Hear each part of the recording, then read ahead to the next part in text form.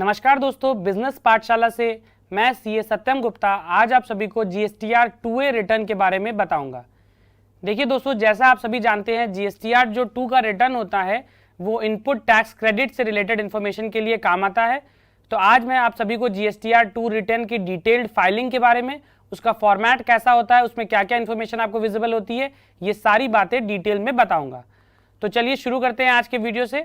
आज के जो हमारे टॉपिक्स रहेंगे वो होंगे introduction to GSTR 2A। GSTR 2A return का कंप्लीट इंट्रोडक्शन आपको देंगे। उसके बाद 2A रिटर्न जो होता है वो जीएसटीआर 2B के रिटर्न से कैसे डिफरेंट होता है उसके बारे में भी हम लोग बात करेंगे। फिर जीएसटीआर 2A का रिटर्न कैसे फाइल होता है, क्या चीज़ है, वो डिस्कशन करेंगे। और 2A के रिटर्न को हम लोग डिटेल में देखेंगे और समझेंगे कि कौन सी इन्फॉर्मेशन किस जगह पे आती है। तो ये सब हमारे आज के कॉन्सेप्ट रहने वाले हैं। तो चलिए हमारे पहले कॉन्सेप्ट से शुरू करते हैं, जो कि है कि 2A क्या चीज है, किस रिटर्न को हम लोग बोलते हैं जीएसटीआर 2A।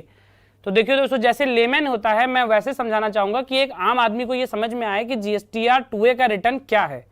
तो दोस्तों ध्यान से सुनिएगा, GSTR 2A is a purchase related dynamic tax return that is automatically generated for each business by GST portal. ये लाइन में ये बात बोली गई कि जो 2A का रिटर्न है वो purchase related dynamic tax return है। मींस जो आप परचेज करते हैं उससे रिलेटेड एक डायनेमिक रिटर्न है कि ये ऑटोमेटिकली आपके ऊपर जनरेट हो जाता है। अगर आपने जीएसटी नंबर कहीं पे दिया हुआ है और कुछ सामान आप परचेज करते हैं तो आपका जो 2A रिटर्न है ये ऑटोमेटिकली जनरेट होगा और वो परचेज का अमाउंट जो है वो आपका 2A रिटर्न में विजिबल हो जाएगा। As a GST registered buyer you may refer 2A for input tax credit for filing GSTR 3B and GSTR 9। देखिए दोस्तों, यहाँ पे बहुत इंपॉर्टेंट सी बात ये बताई गई है कि जीएसटीआर में 2A और 2B में थोड़ा सा क्लासिफिकेशन दिया गया है। अगर जीएसटी रजिस्टर्ड पर्सन है तो आप 2A को रेफर कर सकते हैं जीएसटीआर 3B और 9 रिटर्न फाइल करते समय। मगर जीएसटीआर 3B की प्रिपरेशन से अगस्त 2020 के बाद से एक नया रिटर्न लाया गया जिसको बोला गया जीएसटीआर 2B। वो स्टैटिक वर्जन होता है जीएसटीआर 2A का। तो आपको 3B जब आप फाइल कर रहे हैं तो आपको 2B का इस्तेमाल ही करना चाहिए, क्योंकि 2B की जो इन्फॉर्मेशन होगी वो स्टैटिक हो जाती है, मीन्स वो वेरिएबल चेंज नहीं होगी। 2A जो मैं आपको बता रहा हूं इसमें इन्फॉर्मेशन जो है वो चेंज होती रहती है इनपुट वाइज। आज आपके सप्लायर ने कोई बिल इशू किया तो वो इन्फॉर्मेशन चेंज हो जाएगी। 2A का जो इन्फॉर्मेशन होता है वो ऑटो पॉपुलेट होता है कुछ रिटर्न्स के बेसिस पे। उसके बारे में हम लोग बात करते हैं कि जो 2A में इन्फॉर्मेशन होती है वो किन रिटर्न्स के बेसिस पे ऑटो पॉपुलेट होती है। तो चलिए शुरू करते हैं और समझते हैं इसको। देखिए जीएसटीआर 2 का जो रिटर्न होगा वो जीएसटीआर 1 जो रजिस्टर्ड सेलर है आपका रेगुलर वाला वो फाइल करेगा, उसके बेसिस पे आपकी इन्फॉर्मेशन ऑटो पॉपुलेट होगी। 5 जो नॉन रेजिडेंट टैक्स पेयर है उसके बेसिस पे होगी। 6 जो इनपुट सर्विस डिस्ट्रीब्यूटर फाइल करेगा उसके बेसिस पे होगी। 7 जो persons liable to deduct TCS हैं वो जब रिटर्न फाइल करेंगे उसके बेसिस पे इन्फॉर्मेशन आपकी कहां ऑटो पॉपुलेट होगी, वो होगी 2A में। और लास्ट में जो 8 होता है e commerce operator GSTR 8 return file करेगा, उसके बेसिस पे आपकी इन्फॉर्मेशन जीएसटीआर 2A के रिटर्न में ऑटो पॉपुलेट हो जाएगी। तो ये मैंने आपको पूरा इंट्रोडक्शन बताया कि जीएसटीआर 2A का रिटर्न क्या होता है और उसमें कौन कौन सी इन्फॉर्मेशन किस किस रिटर्न से ऑटो पॉपुलेट होकर आपको दिखती है। आगे बात करते हैं, एक बात कॉन्सेप्ट समझाते हैं कि जीएसटीआर 2 का रिटर्न कैसे फाइल होगा। तो जैसे मैंने आपको स्टार्टिंग में बताया दोस्तों कि जीएसटीआर 2 का रिटर्न जो होता है ये सिस्टम जनरेटेड होता है। तो जीएसटीआर 2 का रिटर्न आपको नहीं फाइल करना। बहुत लोग टेंशन में होते हैं कि जीएसटीआर में इतने सारे रिटर्न है, 1 है, 2 है, 2A 2B 3B, उसके बाद अलग अलग पार्टीज के लिए 9 हो गया, एनुअल रिटर्न हो गया 5 6, तो इतना रिटर्न कैसे फाइल करें। तो थोड़ी सी आपके लिए मोहलत है कि जीएसटीआर 2A का जो रिटर्न होता है ये कोई फाइल नहीं करना है। इसको बोला जरूर जीएसटीआर 2A का रिटर्न है, मगर ये ऑटो पॉपुलेट होता है, ये पोर्टल आपको खुद फाइल करके देता है।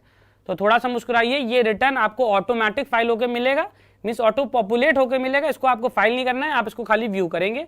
ये एक रीड ओनली डॉक्यूमेंट होता है, इसमें लिस्ट देती है सारी इनवॉइसेस की जो आपके सेलर्स ने आपको आपके नाम पे इशू करी, आपको जिसका आईटीसी मिलना है उसकी लिस्ट वाइज एक डॉक्यूमेंट डिटेल होगी। वो सारी डिटेल आपकी कहाँ जाएगी, वो आपको दिखेगी 2A में।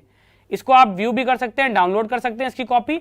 तो आप कोशिश करिएगा इससे इन्फॉर्मेशन देख लीजिए, इसको व्यू करके डाउनलोड कर लीजिए। ऑफलाइन मोड पे भी आप इसकी इन्फॉर्मेशन देख सकते हैं। तो 2A का रिटर्न आपको फाइल नहीं करता है, हमको इस साइड से ये इन्फॉर्मेशन मिलती है। आगे बढ़ते हैं, कुछ और बात करते हैं। यहाँ पे देखिए हमने आपको डिटेल में 2A का रिटर्न पूरा दिखाया हुआ है कि जब आप 2A का रिटर्न देखेंगे तो उसमें क्या इन्फॉर्मेशन आपको कहाँ से मिलेगी। दोस्तों ध्यान से देखिए, ये हमारा जीएसटीआर 2A रिटर्न का फॉर्मेट है। जब इस रिटर्न को आप डाउनलोड करते हैं पोर्टल पे जाके आप लॉगिन करेंगे, आईडी पासवर्ड डालेंगे, टाइम पीरियड क्वार्टर मंथ सब सेलेक्ट करेंगे। यहाँ पे जाने के बाद फिर जैसे ही आप सर्च रिटर्न पे सर्च बटन पे क्लिक करते हैं आपके पास नीचे ऑप्शन आ जाते हैं। सबसे पहले आपका आएगा ये जो डिटेल ऑफ आउटवर्ड सप्लाई, अभी आईएफएफ की फैसिलिटीज आ गई है, उसका रिटर्न के बारे में बात करती है। सेंटर में देखिए जीएसटीआर 2 का दिख रहा है, फिर 2B दिखेगा। तो जैसे जीएसटीआर 2A के बारे में हम लोग बात कर रहे हैं, तो यहाँ पे जो रेड से हाईलाइटेड है, यहाँ पे आपको 2A को व्यू करना है। आप 2A अगर व्यू करना चाहते हैं तो व्यू पे क्लिक करेंगे, डाउनलोड करना है तो डाउनलोड पे क्लिक करेंगे। अगर आप जीएसटीआर 2A को व्यू करते हैं तो व्यू करने के बाद कुछ इस तरीके की स्क्रीन आपके सामने ओपन हो जाएगी। यहाँ पे part A, part B, part C, part D करके 4 पार्ट में इंफॉर्मेशन रहेगी आपके सामने। देखिए part A, part B, part C, part D, ये 4 इंफॉर्मेशन रहेगी। अब इसको डिटेल से समझिए। तो पार्ट ए सबसे पहले क्या हो गया, पार्ट ए में आपके पास B2B इनवॉइसेस, जो बिजनेस ओनर रजिस्टर्ड होंगे उनसे आपने कोई भी सामान परचेज किया तो उसकी सारी इंफॉर्मेशन आपको मिल जाएगी B2B इनवॉइसेस में। ये हो गया आपका पार्ट ए का पहला जो टेबल है वो बात करता है B2B इनवॉइसेस। यहाँ पे सारे रजिस्टर्ड पार्टी की इनवॉइसेस आपकी आ गई। उसके बाद credit and debit note, credit and debit note जो आपको मिले हैं सारे, वो आपके कहाँ पे आ जाएंगे, वो आ जाएगा इस कॉलम में, credit and debit note second वाले में। उसके बाद अमेंडेड B2B इनवॉइसेस, मतलब B2B इनवॉइसेस जो पुरानी है उसमें कोई गलती हो गई, वो आपको अमेंड होकर अगर दिखनी है तो वो आपको अमेंडेड B2B इनवॉइसेस यहाँ पे दिख जाएंगी। नेक्स्ट आएगा amended credit and debit note. अगर कोई credit and debit note parties ने आपको पहले इशू करे थे, उसमें कोई अमेंडेड होता है, अमेंडमेंट होता है, तो वो अमेंडेड इन्फॉर्मेशन आपको यहाँ पे दिखेगी। फिर हम लोग बात करते हैं पार्ट बी के बारे में। पार्ट बी में देखिए ISD क्रेडिट, जो इनपुट सर्विस डिस्ट्रीब्यूटर होंगे उनसे अगर आपको कोई क्रेडिट मिलता है, मीन्स अगर आपको कोई क्रेडिट वो आपको प्रोपोर्शनेट बेसिस पे बांट देते हैं तो उसका क्रेडिट आपको मिलेगा पार्ट बी के फर्स्ट टेबल में, that is called ISD credit. Amendment to ISD credit, अगर उस क्रेडिट में उन्होंने लास्ट मंथ इशू किया था, इस महीने कुछ करेक्शन करते हैं, वो टेबल आपको दिख जाएगी अमेंडमेंट वाले में। अब बात करते हैं पार्ट सी की। जो पार्ट सी है वो बात करता है TDS क्रेडिट की। TDS का जो क्रेडिट है वो आपका इसमें आ जाएगा, अमेंडमेंट टू TDS क्रेडिट उसी के बगल वाले टेबल में। और लास्ट में बात आएगी TCS क्रेडिट की। तो देखिए दो जो कॉलम मैंने बनाए, TDS क्रेडिट, उसका अमेंडमेंट, फिर बाद में TCS क्रेडिट। पार्ट डी जो लास्ट पार्ट होता है वो बात करता है import of goods from overseas on bill of entry. अगर आप ओवरसीज से कोई गुड्स इंपोर्ट करके अपने बिजनेस में लाते हैं बिल ऑफ एंट्री के बेसिस पे, तो उससे रिलेटेड जो इन्फॉर्मेशन है वो आपको दिखेगी पार्ट डी के टेबल फर्स्ट में। ये हम लोग जो पूरा फॉर्मेट आपको दिखा रहे हैं ये है GSTR 2A। 2A का पार्ट डी के फर्स्ट टेबल में आपको दिखेगा import of goods from overseas bill of entry के बेसिस पे जो इन्फॉर्मेशन आपने इंपोर्ट करी उसकी इन्फॉर्मेशन आ गई।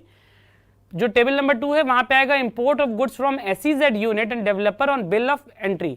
बिल ऑफ एंट्री के बेसिस पे आपने जो इंपोर्ट ऑफ गुड्स किया SEZ यूनिट से, उसकी इन्फॉर्मेशन आ जाएगी आपके टेबल 2 ऑफ पार्ट डी में। इस मैंने आपको पूरा समझाया। ये देखिए पूरा फॉर्मेट था GSTR 2A रिटर्न का। इस तरीके से कुछ आपको ये फॉर्मेट दिखेगा जब आप इसको फाइल करना चाहेंगे। ये एंट्रीज इसमें फाइल होती हैं। उसके बाद देखिए जैसे मैंने आपको B2B का पहला टैब बताया था, तो अगर आप उस टेबल में अंदर जाते हैं तो क्या इन्फॉर्मेशन होगी उसको समझिए। यहाँ पे अगर आप B2B इनवॉइसेस के अंदर जाते हैं तो इस तरीके से आपको वहाँ पे इन्फॉर्मेशन शो होगी। सबसे पहले देखिए आपको GSTIN ऑफ सप्लायर दिखेगा।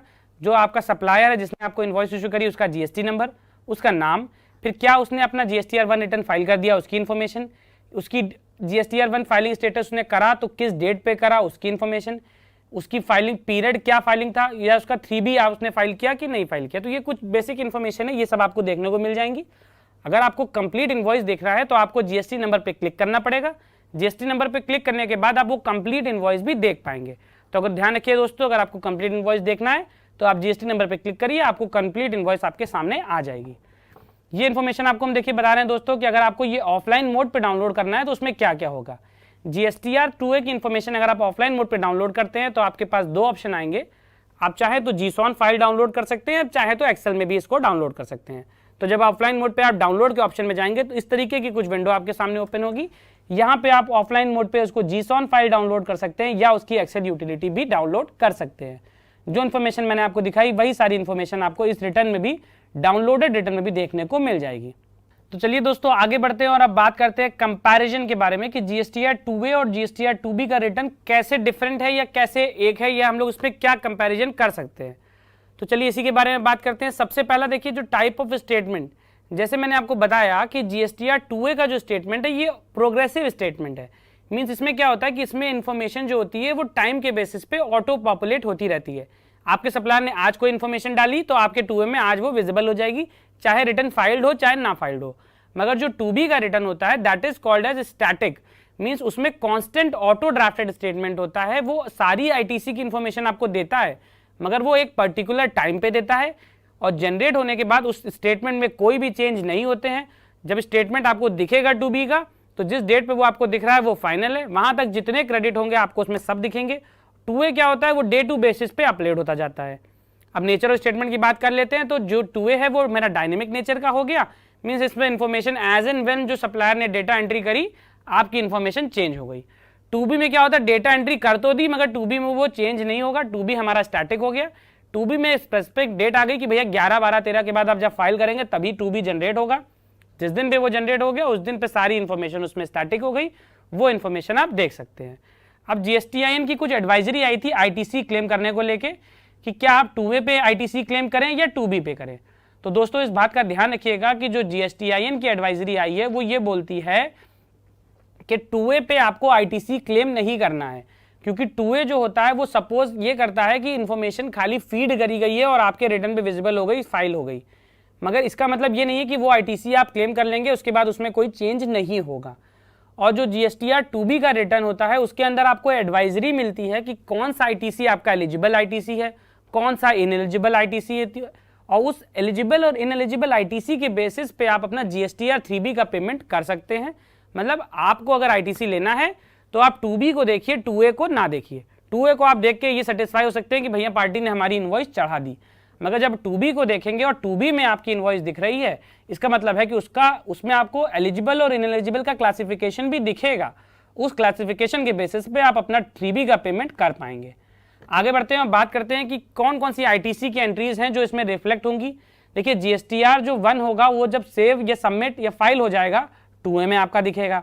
GSTR 6 भी जब सबमिट होगा तभी दिखेगा, और GSTR 7, 8 जब फाइल होगा तब उसकी इन्फॉर्मेशन आपकी 2A में दिखेगी। ये बात आप ध्यान रखिएगा कि जो GSTR 1 का स्टेटमेंट, 5 का स्टेटमेंट और 6 का स्टेटमेंट, जब ये स्टेटमेंट फाइल हो जाएगा, वर्ड पे ध्यान रखिएगा, मैं सबमिट की बात नहीं कर रहा हूं, मैं ये बता रहा हूं कि जब ये स्टेटमेंट फाइल हो जाएगा तभी इसकी रिलेटेड इन्फॉर्मेशन आपको 2B के रिटर्न में दिखेगी। इससे पहले आपको 2B में ये इन्फॉर्मेशन नहीं दिखेगी। अब बात करते हैं कट ऑफ डेट की। क्या 2A और 2B को जनरेट करने की कोई कट ऑफ डेट है? तो दोस्तों देखिए 2A को कोई कट ऑफ डेट नहीं एप्लीकेबल है। आप जब चाहें 2A, क्योंकि डायनेमिक नेचर का है, आज आपने एंट्री करी आज आपको दिख गया, उससे रिलेटेड कोई कट ऑफ डेट नहीं है। मगर हाँ ध्यान रखिएगा कि 2B की जो होती है उससे रिलेटेड आपको एक कट ऑफ डेट मिलती है। 2B का जो रिटर्न होता है उसमें आपको ध्यान रखना है कि जो 2B का रिटर्न होता है उसमें आपको एक कट ऑफ डेट मिलती है। उस कट ऑफ डेट के बाद ही आप 2B जनरेट कर सकते हैं। 11th या 13 वो डिपेंड करता है आपका टर्नओवर कितना है, और जब वो उसको आप जब उसको आप रिटर्न फाइल कर देंगे 1 वाला आपका या 5 वाला 6 वाला, उसके बाद ही आपका 2B जनरेट होता है। अच्छा, लास्ट सबसे इंपॉर्टेंट है कि मैक्सिमम नंबर ऑफ IT रोज जो होती हैं ITC व्यूएबल, आप कितना उसको डाउनलोड करके देख सकते हैं, विदाउट एक्सेल में डाउनलोड करें कितना आप व्यू कर सकते हैं। तो जो 2A होता है उसमें आप 500 रोज तक की इन्फॉर्मेशन आप व्यू कर सकते हैं, बट जब जहां तक 2B की बात रही तो 2B में आप 1000 रोज तक की इन्फॉर्मेशन आप देख सकते हैं विदाउट एक्सेल में डाउनलोड करे हुए। तो दोस्तों मैंने आज आपको 2A रिटर्न के बारे में सारी इन्फॉर्मेशन डिटेल में बताई कि 2A इन्फॉर्मेशन में कौन कौन सी इन्फॉर्मेशन जाती है, 2A का रिटर्न आपको किस तरीके से दिखता है, किस जगह से आप कौन सा क्रेडिट ले सकते हैं, और लास्ट में मैंने आपको डिफरेंसेस बताया कि GSTR 2A का रिटर्न और GSTR 2B का रिटर्न कैसे डिफरेंट है आपस में।